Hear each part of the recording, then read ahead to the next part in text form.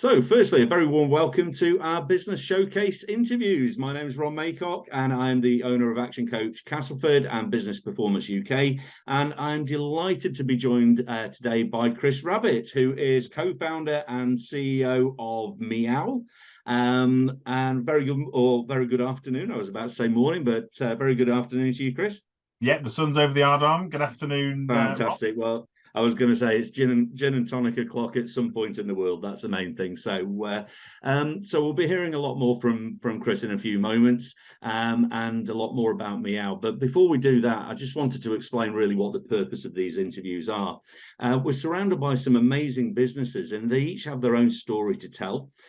These interviews help us share their journeys, showcase their achievements, and more importantly, maximise their exposure to other businesses in the UK. And this is all in the name of abundance, and it's for the benefit of everyone. It's not just for the business owner, but it's so that you can connect with them and find out what's going on in their world as well. So without further ado, Chris, tell me a little bit more about Meow. Right. Okay. Well, good afternoon, good morning, good evening, whatever time you're listening to this, everybody out there. Yeah, the Meow story is an interesting one. We are very much a COVID baby. So Meow is me and my business partner Simon Glenn, and we very much grew out of the shock horror that happened when everyone was put into COVID prison on in late March 2020. I for one was absolutely blindsided by it, I'll be honest with you. I was running a business, my own little business, as a portfolio sales director, working with some really interesting companies, and had a great 2020 already mapped out. My calendar was full, and I was looking forward to a really, really successful year. So much so I went out and bought myself a lovely bright red BMW motorbike at the end of February.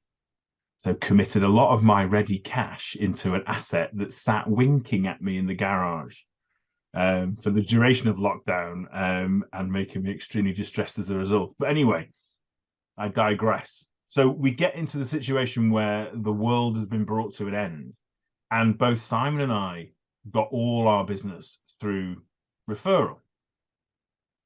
And I'll be honest, I wasn't too worried at the time, because my year was mapped out, and this was supposed to be a 12-week blip. So I didn't really panic. I thought, hey, now I've got the opportunity to do a load of the jobs that I want to do. So I boarded the loft and did a few other bits and pieces, spent a bit of time with my kids.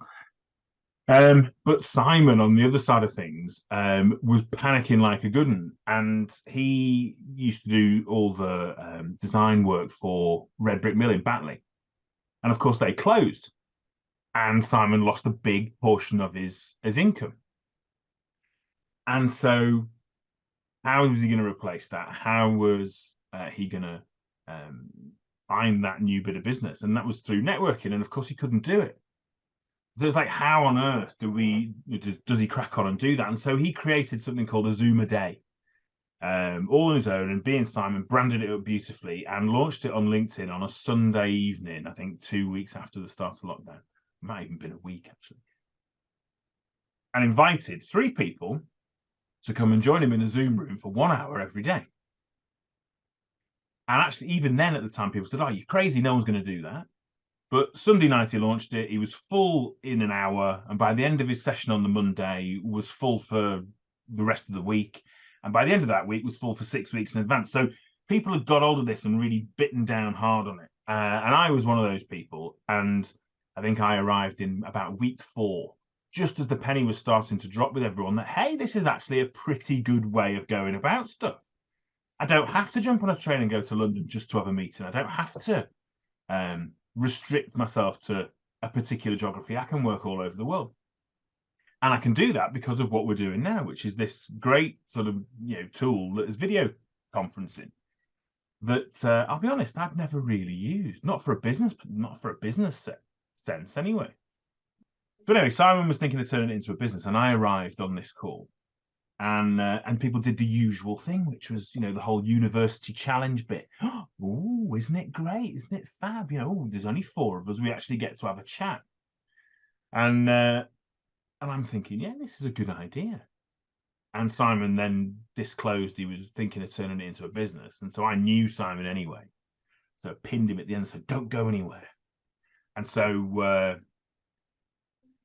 jumped on the idea and said, right, what are you doing? Do you want me to sense check it? All the rest of that good stuff. And we ended up having a conversation for 3 hours that day.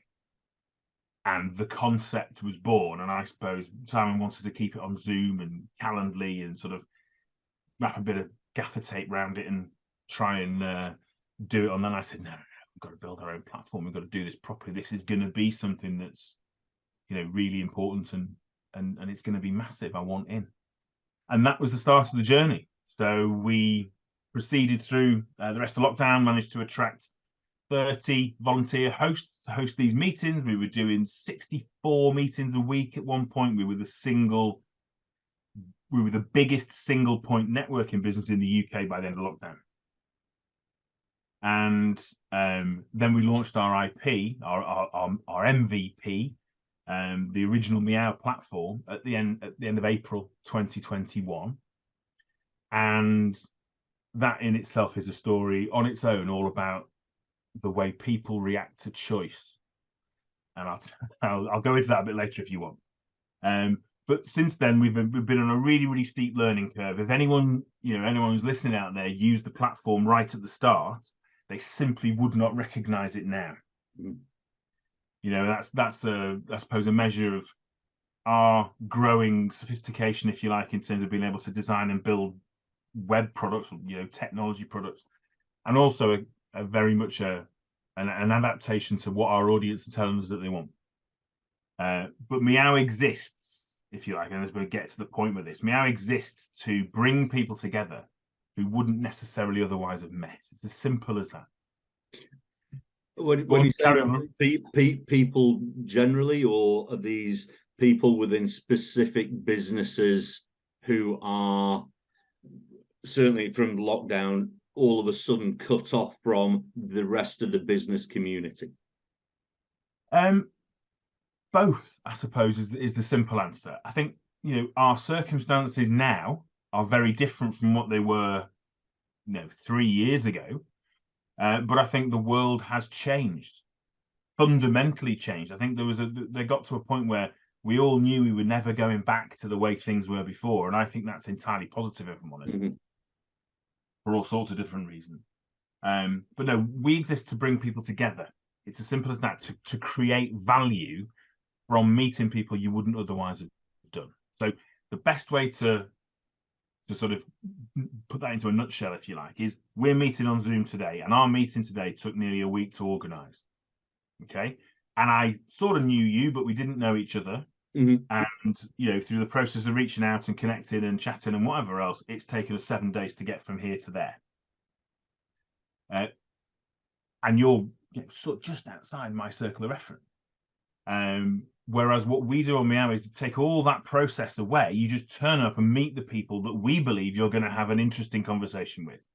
And at the moment, it's all business. So you're always going to meet someone who either owns a business or is a decision maker or has something to offer that's interesting. But we make that meeting much, much more straightforward to do. So you turn up on our every hour service, you jump in and you meet the people we provide for you. Or you create your own meeting now and say, hey, I want to talk about a subject, whether it be my action coach business or my digital marketing business or whatever. Or I just want to talk about business challenges that relate to me, or I want some help, or whatever it is. It can be whatever you want. And then you can promote that. We'll promote that for you. You can sort of try and dictate who your audience is to a degree. So are you interesting when you said I can either part organize my own meeting and content around that and use it as a platform to actually deliver that meeting. You also said that it can be pretty much randomized in terms of who is there, so there's no criteria. So how do you go about that? What's the mechanism to match people together? So when you create a Meow profile, when you create a Meow account, we ask you some questions during your onboarding. And we also ask you to write a little bit about yourself that goes into our automated social posting and stuff after events. And using that data, and also using the things that you say in an anonymized way, we build a profile around you, and we try to introduce people who are going to communicate in a similar way. Mm-hmm. And there's a reason for that, because our only objective is that you enjoy your conversation. If you enjoy your conversation, you're more likely to get something from it in a tangible way, but also you're more likely to come back to the platform. Okay, so with the was it on top of the hour or on the hour meetings or whatever? So if that was randomized, is there a topic of discussion, or is this completely open? I'm just connecting with new people that I didn't know that are in business somewhere. Imagine a networking event in a, let's just say, in a bar. Mm-hmm. You walk into that room and you do not know who you're going to meet. And I guarantee you will end up in a group of 4 or less, talking about something that you had not predetermined before you walked in, but is interesting enough to all of you to keep you talking about it for however long it is. That's exactly the premise here. Is the whole platform is structured to provide a really, really rich and rewarding networking experience, or just a meeting experience. So you all get a chance to introduce yourselves, you all get a chance to talk, you all get a chance to put your point across, and then what comes out of that is good conversation. Mm-hmm. But we chose 4 for the meeting at the start purely based on the fact that we felt it was the right number. Mm-hmm. Actually, there's some science behind why 4 is the right number, and I'll briefly go through it. Whether this is of interest or not, but I personally find it fascinating, being a student of humanity, if you like. So a one-to-one can be really hard to peddle if the other person isn't engaged in the way that you want them to. And we've all had that feeling of, God, I'm doing all the heavy lifting in this conversation, and actually what I want to do is walk away. If it goes well, it's great. But at the same time, that sort of peters out after about 10 minutes or so. 3 people in a room is great, but what happens is you end up with a one-to-one conversation, and that third person is excluded. Not deliberately, it just happens that way. But with a 4, you double the number of connections in that meeting, the number of different ways information can flow around. And what that means is everyone is included. You can't have a dialogue, it must be a conversation. And you can't hide, but nor can you dominate. And you can't go and sell like Billy-O to somebody, because the other 2 people in the room simply won't tolerate it. Mm-hmm. It doesn't matter. It is the most wonderfully self-policing format to make sure everyone is included. But then if you go to 5, you go from 6 connections to 11, and the whole job is overwhelmed, which is why those 30-person Zoom meetings, I'll be honest with you, are my idea of a living hell. They offer nothing other than the ability for people to broadcast and receive. Mm-hmm. No conversation. There's no value in those. It's just, hello, my name's John and I'm a window cleaner. Please buy my shit. And rinse and repeat for whichever professions are in the room, and then you listen to 90 pitches or whatever, and then you leave, and it's like, oh, what did I get from that? It's like running around a room and getting business cards and then going home. Mm-hmm. Trying to do your follow-up after, it's for the birds. It's a waste of time. So with the actual meetings then, how long do they typically last? Is there a set format for those that they are half an hour or 15 minutes or an hour or whatever? Again, these are the things we learned. So a Meow now is stamped at 45 minutes, but you can go on all day if you choose. And it was originally an hour, but our audience again told us that's a little bit too long. It feels like we're dragging it along a bit. What we need is a bit shorter. So great. So shortened it down, but you can go on forever now if you want to. And then meows that you create yourself can be either 30, 60, or 90 minutes. Mm-hmm. And that's entirely dependent on what the subject is, what you need to do with all that, and what have you. And I guess, with the ones that you create yourself, then it's down to you how much of a lecture, talking at three random people, you make it, and how much you make it an interactive session where you're going, Absolutely. hey, this is my message. Let's talk about how it impacts on yourself, and is this something that you encounter on a day-to-day basis or otherwise? So, I guess with that, that's sort of clear. The difference between that and the completely randomized, I suppose, is appealing to different motivations of why you would want to do that in the first place. If you're wanting to Absolutely. meet people in a business social environment, and it happens to be online, and it saves me having to drive all the way into Leeds or whatever to go into a room where I'm just going, well, sometimes you go in and you go, that was brilliant, and other times you go, that was a bit of a waste of 2 or 3 hours of my time. And it's happened to all of us. As you say, it's more about the follow-up than what you actually do in that meeting. It's more about how you connect with people in that instance, and what you aim to get from it. So I guess it's a different model. So in terms of attracting people to the platform, you said it's a relatively new concept. It was born out of necessity and lockdown. So now we've moved out of that, how are you attracting people? What's your marketing tools or main route to awareness? I'll not call it to the market, but awareness of what you do and why this platform is different for others. Yeah. Awareness has always been an interesting one for us because we rely on audience. It's as simple as that. We can't provide 3 people every hour on the every hour service unless there are people floating around in the platform or wanting to jump in around a time. It's actually interesting. Before I go and say, well, actually, no, let's do that while I'm here. So the reason why, or the ways in which we've created awareness is very similar to most businesses, if I'm honest with you. Most businesses that operate online, you need to do a degree of marketing, you need to do a degree of social media awareness, actual sales, if you like, for want of a better word. But again, we've been on an enormous learning journey as a business, as a pair, as myself as an individual, in terms of how you go about this.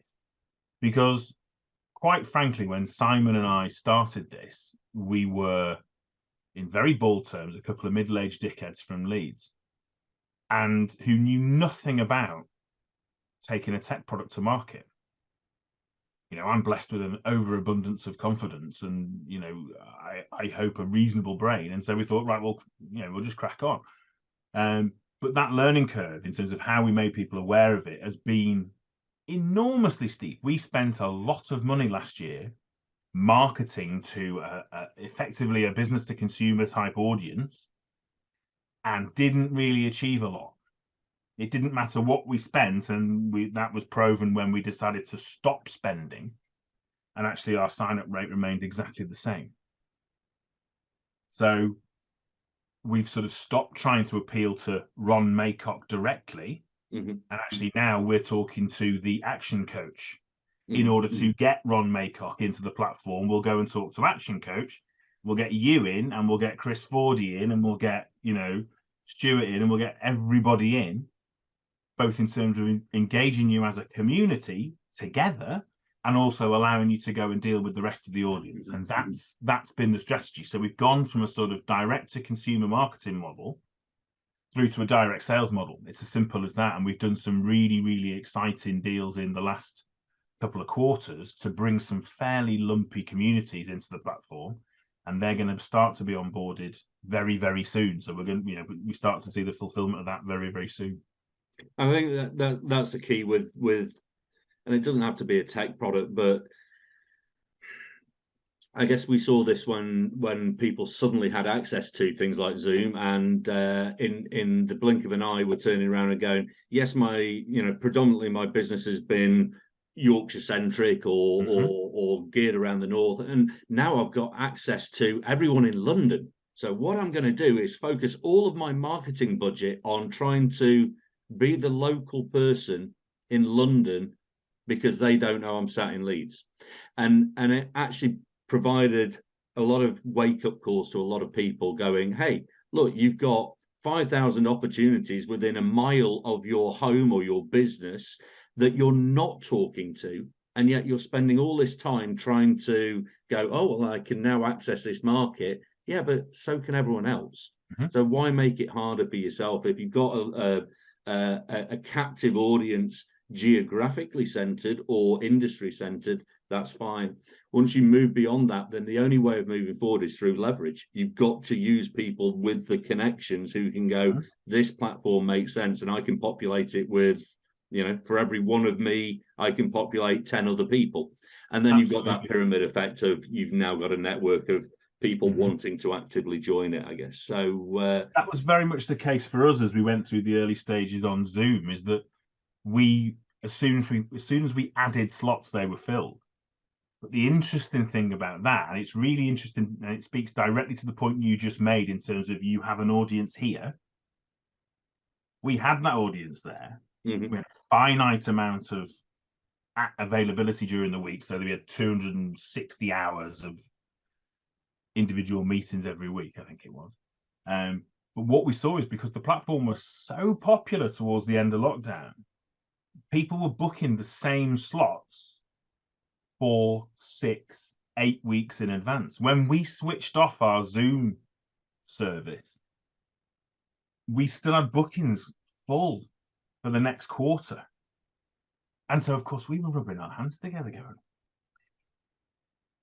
because this is going to translate directly onto the new platform.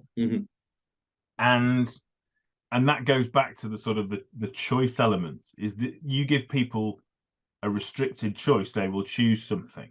If you give people unrestricted choice, they will choose nothing, or they will choose to choose at a later time, because there is an abundance. And it's really, really interesting that. So in terms of the future vision, it's been a learning curve to now to get this as a tech product that is competing against established models, I guess, of this is how we do it, whether it's face-to-face or online networking. And before we started recording, we were talking about the other, better known networking concepts of, whether it be join a group or it is an online networking or whatever it may be. So where do you see this going? What's the vision for Meow, and what's ultimately going to make it unique and therefore successful moving forward? I think, actually, in terms of competition, we have alternatives, not competition. Yeah. So that's the difference. Nothing out there does what we do. Right. Yeah. There's nowhere else you can go and, without effort, meet someone sat in Castleford, Cape Town, and Canberra on the same call, apropos of nothing at all, and actually have a decent and interesting conversation with those people, should you wish to. Yeah. Most of the overwhelming majority of our users choose to network globally. Right. Okay. The overwhelming majority, in excess of 98% of people, say, no, I want to meet the entire world. And that's the itch we're scratching. BNI is not networking. It's something entirely different, and that's no harm, no foul to BNI, but it's not networking. It's something different entirely. And face-to-face stuff, frankly, I go face-to-face networking every week. Do it at least once a week, because I like to actually be in the same space as people. I'm a ludicrous, ridiculous extrovert. I have to be around people. But I'm not competing with, they're not competing with what we do. Most people in an SME sort of small and micro business environment network for two very, very distinct reasons. That's to try and get some referral business, and B is to have a social life. And you can't do that online. You can't go and sit and chat to someone in a bar over a pint online. We solve a very, very different problem. But to go back to what you said before about the vision for it. So as it stands at the minute, we've got about 3,500 people signed up to the platform. We have a reasonably decent monthly audience. But attracting those individuals was really, really hard. you know, there's no two ways about it. Trying to convince people to drop in the volumes we need them to, were pretty difficult. It was pretty difficult. Mm. So we're actually bringing some functionality in really, really soon, which is going to help people find each other in the platform. So we're going to do themed networking hours across the working day. So there might be an hour for, I don't know, property. There might be an hour for construction. There'll be an hour for, you know, business finance. There'll be an hour for the legal profession. You name it, we do it. We've just done some deals with fairly lumpy business communities, and that's our focus now, is dropping communities into the platform. So we've done a couple of deals at the end of last year to bring some really, really big, really interesting communities into the platform, and more are coming all the time. So they're going to start to be onboarded very soon. But the overall vision is to be the place where, you know, a genuine social video platform. So where people can come, and whether it's a business problem, a business topic, business networking, or talking to other, you know, Liverpool Football Club or England Rugby Union fans about what's going on with your team, about what's going on with your club, about, you know, why Jurgen Klopp should stay or why he should go, or whether Clive Wood was the best manager ever or not. You know, no one likes nattering more than sports fans about their team, and everything in between.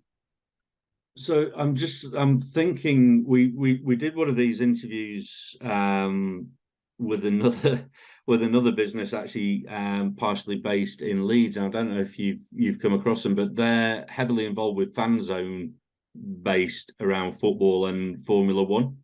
Okay. And I'm just wondering if that might be a phenomenal kind of forum for both parties. They run a lot of websites, but they are international, and have people all over the world who are drawn together as a community following a certain sport, or certain drivers, or certain, you know, footballers. And then obviously it links heavily with things like transfer markets and stuff that's going on. So it's very, very current. Yeah, I just wonder if there's a way of partnering with a platform like that, where it gives you a lot more traction, more importantly, gives you access to a global audience of, you know, another, I don't know, 200 million people globally in multiple languages. And that might be the next thing, I guess, in terms of looking at how cross-border and cross-language kind of networking might work, where there are certain platforms developed for Spanish speaking, certain ones for English speaking, so on and so forth. So it could, I guess, scale beyond our communication choices, I guess, in terms of we have English language. We have a big following in North America, but I'll be honest with you, and apologies to anyone who isn't a native English speaker. For me, different languages will hopefully be someone else's problem. Yeah. We've got a big enough market to keep Simon and I interested for a long, long time. You know, if we could get the UK actively using in a big way and get America using in a big way, I'm pretty sure to go anything else is someone else's problem. Do you know what I mean? So English speaking audience is certainly big enough for the immediate, and then it could be licensed out as a model elsewhere into different languages. I would love more than nothing else for the whole world to be using Meow, 100%. But yeah, it's something that, it's the one thing I've learned really, really, really strongly since starting this business is, you know, it's the whole thing about choice. If you have unlimited choice, you have to be really, really disciplined in terms of choosing the thing you want to do. Otherwise, you end up doing lots of things really, really badly. Yeah. No, so you have to focus in on what you want, and we've learned that lesson the hard way, you know, 18 months ago. And actually just be really, really focused. Actually, for us, be really, really focused on what your customer is telling you they want. Because we were really, really principled about this when we started, in that we had a vision about what networking should be, which is a sort of, you know, it's almost like the Statue of Justice over the Old Bailey, you know, blind and everything in balance. And we would defend that, because we wanted to take all the unconscious and conscious bias out and meet people based on nothing other than serendipity and a little bit of information. And actually we could see and we knew that great things come out of this. But actually what your customers want, or our customers want, is a degree of control, is a degree of predictability and certainty that actually is completely superfluous to effective networking, but it makes people feel better about the process. And so we pushed back against that for a little while, and then eventually thought, well, what the are we doing? It's nonsense. We just need to give our customers what we want, because it doesn't change the fundamentals of what we offer. It just allows them to feel better about it. So stop it and give them what they want. So what's next? Probably as a final question, I guess. What's the next 6 months looking like for yourselves? Where do you want to be, and what traction do you want to have achieved? Well, this next 6 months is going to be, quite frankly, the most exciting 6 months in the business since we sort of got it off the floor, since we launched the platform. Because what's happening in the next 6 months is the communities that we've engaged with will start to land in the platform, and we will test much more extensively than we ever have been able to before, whether the concept, is able to, well, is capable and able to be scaled in the way that we want it to. And it's the real test of that over the next 6 months. So we should be dropping in somewhere in the region of about 100,000 users out of the deals we've already done. Discount any virality that comes from that and people picking it up and going forward. But we believe that's enough for us to know whether this is going to go and change the world, which is what we want it to do, or whether we need to turn the lights out in January next year, because it's just never going to do what we want. So, that's the test for us this year. It's really exciting. It's terrifying in equal measure. But, we fundamentally believe that this is a wonderful way for people to communicate. And adds an enormous amount of value. We just now need to share that properly with the world, and hope the world comes on the journey with us. Yeah, and I think that doing it in a phased way of rolling it out. That the one thing no one wants is great concept and it doesn't work. And from a technical point of view, which I'm not, that is from a consumer point of view, that there's nothing worse than that than going, yeah, great, but I gave it a go twice and it just didn't happen, kind of thing. Absolutely. And we've been guilty of that. So, we've been guilty of that a bit. Absolutely. We've been guilty of not giving our customers what we tell them we can. Yeah. Too much. And actually better now than it's ever been, and will get massively better. We've just got to now, I truly believe, once we bring the audience back, or once we bring the new audience in, some of our lapsed users will come back, because everyone loved it when it worked. Simple as that. Yeah. And different iterations and different motivations, I guess. When it was launched, people just needed a way of communicating their sanity, rather than now they're looking at this as an integral way of driving their business forward by building connections with people that otherwise they would never have got to know about ever. And before we started, what we were talking about in terms of how we've connected. Absolutely. Ourselves, we wouldn't necessarily, if it wasn't for a certain vehicle, have connected and be having these sort of conversations. So it does certainly work. So it's bringing us towards the end of the interview, and before we do that, is there any other areas, anything that we've not really covered that you'd want to get across in the next minute or so? Anything we've missed out on there, Chris? Or can we do Brexit in 60 seconds? Yeah, absolutely. No, all I would say to anyone that's listening is come and give us a try. Meow is entirely free to use at the moment. Will always be free to use in the sort of the basic service. And there will be lots and lots of new people to talk to really, really soon. So there's a good number of people to talk to now, but it's exciting times for the platform. So come and join us on the journey. And it's giving you access to people that otherwise you wouldn't know about, which is the main thing. It's very easy to fall into the old networking trap of walk into a room and then just hone in on the people you already know. we're all guilty of it. We've all been there, and it's the lazy approach to actually getting the word out of what you're wanting to do. So there's the behavior I see or saw, because I stopped doing it a long time ago, is you walk into something like a Blue Jeans or a Remo environment, which, you know, there's lots of networking businesses out there use those platforms. They're all very good platforms, but what they allow you to do is choose. And what they allow you to do is make judgments about people before you ever sit down and talk to them. And actually, that's death for networking. It's death for opportunity, because what you do is you close yourself off. You know, there's a great story, which I won't bore everyone with in its entirety, but the biggest ever deal that we've known done on Meow happened because we didn't tell someone who the people were that he would be meeting. Because if we had, he wouldn't have turned up. Because he'd already made a judgment in his mind about, well, I don't want to meet someone who's in health and safety, and I don't want to meet someone who's in social media. And he said that happily, you know, but he's done a deal that is worth literally millions of pounds because we refused to allow him to exercise his conscious bias against those job titles. And the simple fact is that I'll leave with everybody, I suppose, just as a wrap up, is you don't know who you need to talk to. It's as simple as that. There's lots of people out there that say you must always just talk to your ideal customer because it's a waste of time to do anything else. And I would say that's absolute rubbish.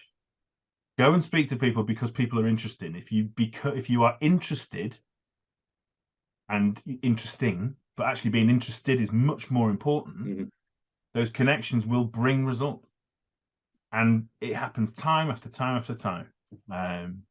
Don't judge before you actually talk to someone, I think, because you don't know who you need to talk to. But it's the Bill Gates and Microsoft, you know, back in the day, if you said two little hippies working in a back room, you know, doing IT, you'd have gone, I don't particularly want to talk to them, and then look what happened. So never judge where they are to where they could be, and I think that's an important thing. Or who they know.